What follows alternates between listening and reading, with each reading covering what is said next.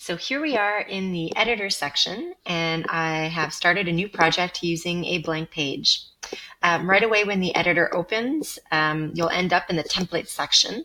And this section is in constant evolution, so new templates will pop up every week.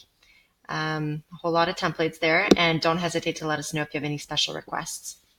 We will now explore the different tabs to the left here.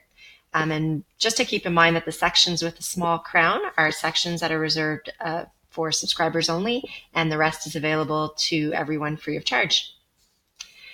So let's pretend that you need an image of a cactus for something you're working on for your class. In here, and you'll scroll down and see all of the different images of cactus, a whole lot of different images there.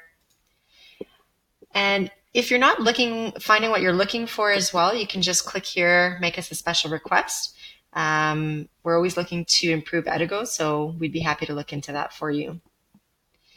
We have the template section as well, and this is where you can actually add a template directly to a page. And you can edit depending on your needs, so you can edit the text, you can modify the color, you can modify the dimensions. And you'll notice that for some of the elements, you can change the color. And for some of the elements, you cannot. So just to keep that in mind. And here's the element section for your creations. And we have the grids right here. And these grids allow you to divide your page into cards or into a table. And you can just modify the format as needed. When you see the little blue squares here, that just means that you can change the colors of the grid. There you go. And you can also play with the transparency. You make it as light or as transparent as you need it to be. We also have, if we go up top here, the borders and frames section. And again, just to note that for some of them you can change the color, and for some of them you can't. There's the forms and math section as well. So this is interesting. This is where you can integrate a whole bunch of different illustrations that are linked to math. So solids and fractions and thermometers, and we even have dominoes. You can explore that by scrolling up and down. And you can also search as well if you're not finding what you're looking for. And there we go, looking for fractions.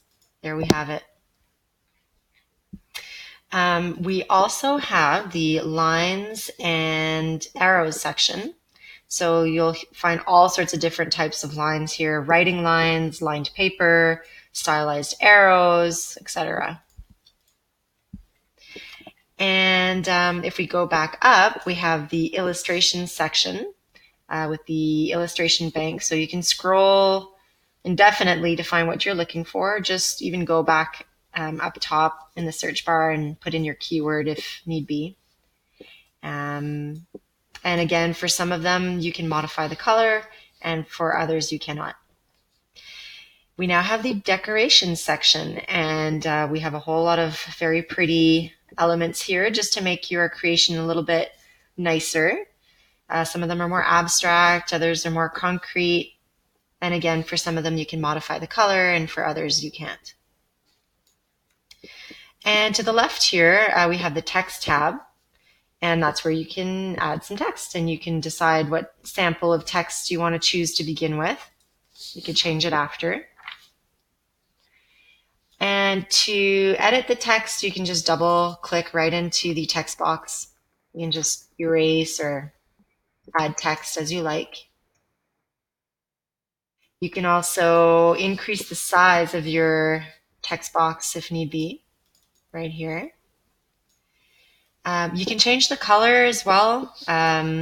We have a color palette that you can just choose from, or you can just try to zone in a little bit more on the exact color you're looking for. And we now have the font. And if you just look to the right, you can get a little bit of an idea of what that would look like if you chose that font for your text. We also have the text size, so the font size. A lot of different options, again, depending on what you're looking for. And of course, we have bold and italics and underlines, so you can just really decide how to format your text that way. And as well, you can center your text or put it more to the right or the left. So now, let's say that once that I've formatted my text, I would like to copy some on other cards. So instead of doing the usual copy paste, I can just click as many times as needed, just using that one click right here. And another thing actually that's interesting to note is if you have an image and you want to hide it behind your text box or behind another part of the image, you can just click here the arrows, either hide it or bring it back to the front. You also have the up on top, you have the color palette, just a background color palette. You can choose that.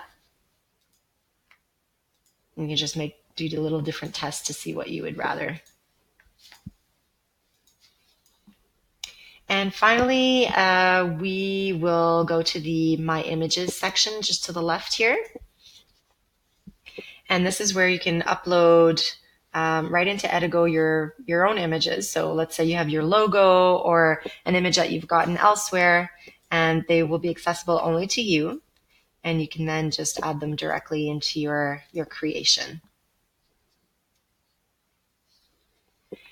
And in File, if we click File, we have a link to open a new document. And you can go to the home page, you can go to the shop, or you can just disconnect. And you are also able to undo or redo your work just by clicking here. And very important, if you want to be able to find your document later on, you have to save it. So just to save it right here. And just as a reminder, once you've saved your document is saved in the My Creation section on the Edigo editor homepage. So just to the bottom right, we find the buttons to increase or decrease the zoom size. Just get a full screen view of the document if you like. And if you're happy with your creation, you can go right ahead and just click on Download, where you can get your document in a PDF as well. And you can also publish your creation directly right into the shop.